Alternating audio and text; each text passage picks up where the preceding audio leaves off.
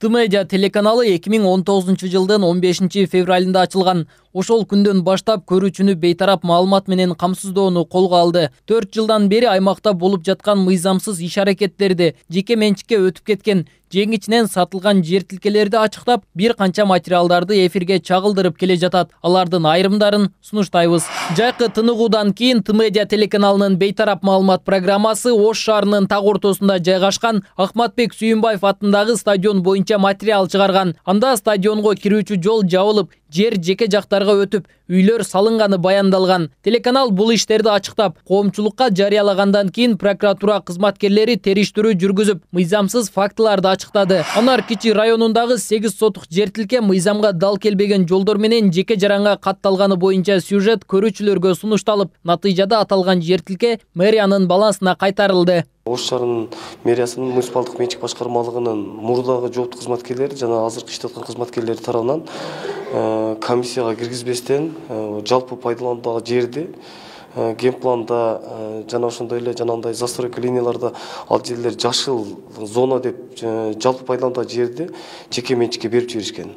Бул боюнча Ош шаарынын прокуратурасы тарабынан Кыргыз Республикасынын кылмыш иши кодексинин 337 беренесинин 2-бөлүмүнүн кызмат алган кыйнаттык менен пайдалануу беренеси менен кылмыш ишин козгоп, бул боюнча тергөө иштерин жүргүзүү учурунда Ош шаарынын мэриясына Ош шаарынын прокуратурасы тарабынан талап келтирилип, талап негизинде бул жерди Ош шаарынын мэриясынын балансына өткөрүлүп берилди. Т-Медиа Ош шаарынын Анар Кичи районундагы 880 чарчы метр жер тилкенин колдон колго өтүп кеткени, кайрыма көрүстөнүнүн чекесинен кыркылып менчикке сатылып, мамлекеттик актынын 3 гектарга азайганы, Үзүм конок үйүнүн курулуш нормаларынын бузганы, Бексултан базарынын жолдун ордунда жайгашканы, Кеңсай массивиндеги 25 гектар жер арзан сатылгандыгына байланышкан материалдарды чагылдырган. Алардын көпчүлүгүнө укук коргоо органдары мыйзам чегинде чара көрүшкөн. Маселен, китепканадагы кыңыр иштер деген материалдан кийин укук коргоо органдары кылмыш ишин козгоп, тергөө иштери башталган. Ош шаар прокуратурасы тарабынан Т-Медиа телеканалынан макала чыккан. Бул макалада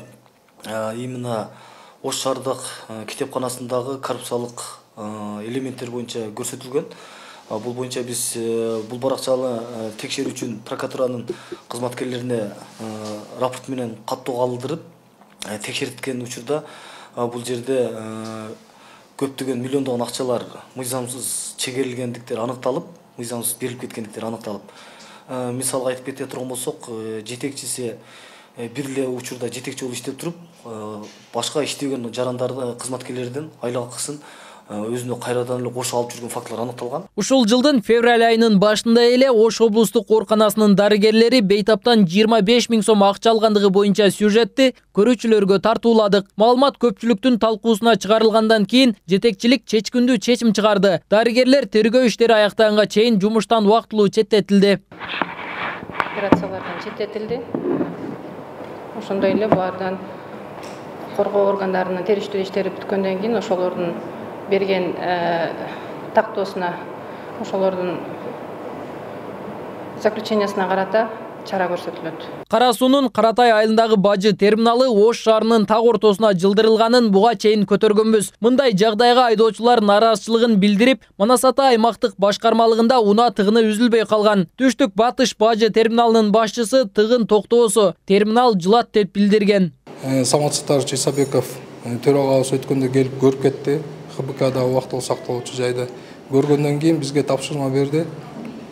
Бишкекке кете турган направленияны полностью Каратайга көчүрүп Ошак менен гана кетсин деп. Бишкек Өзбекстанга кеткендер дагы где-то 20% азыр Каратайда болуп атат да. Өткөндөгү айдоочулардын айткандан кийин да. Т-Медиа телеканалы Кеңсайдан кемирилген миллиондор, Кара суудагы мыйзамсыз сатылган үлүш жерлер, уурдалган ак буранын жерлери, Сулайман тоодогу дайынсыз мумия, Ош шаардык китепканасындагы кыңыр иштер, 55 000 тонна кара алтын кайда, жазадан куткарган жинтикана сыяктуу бир канча журналисттик иликтөөлөрдү жасап, көрүүчүлөргө сунуштады. Материалдар жарык көргөндөн кийин тийиштүү органдар текшерип, укуктук баа берген учурлар ондоп саналат. Бул убакка чейин эми ошол Т-Медиа телеканалында бир топ иликтөөлөрдү жасадык. Анан ошол эле иликтөөлөрдө иликтөө жасалгандан кийинки реакцияларга айта турган болсок, ошол тиешелүү мисалы көзөмөл органы прокуратура иш козгоп атат.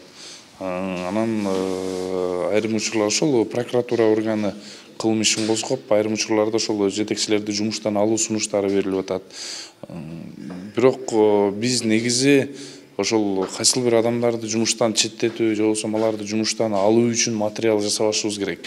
Биз болгону ошол мыйзамсыздыкты гана тастыктап көрсөтүп беришибиз керек да. Иликтөө материалдарынын көрүүчүлөрү артып, сапат жагынан республикалык сынактарда байгелүү орундарды ээлеп жатат. Алсак кең сайдан кемирилген миллиондор, кара суудагы мыйзамсыз сатылган үлүш жерлер, 55 000 тонна кара алтын кайда аталышындагы журналисттик иликтөө материалдары байге алган материалдардын сап башында. Атайын сыйлык Тимедиа телеканалынын журналисти Даткабек Шандамбек уулу.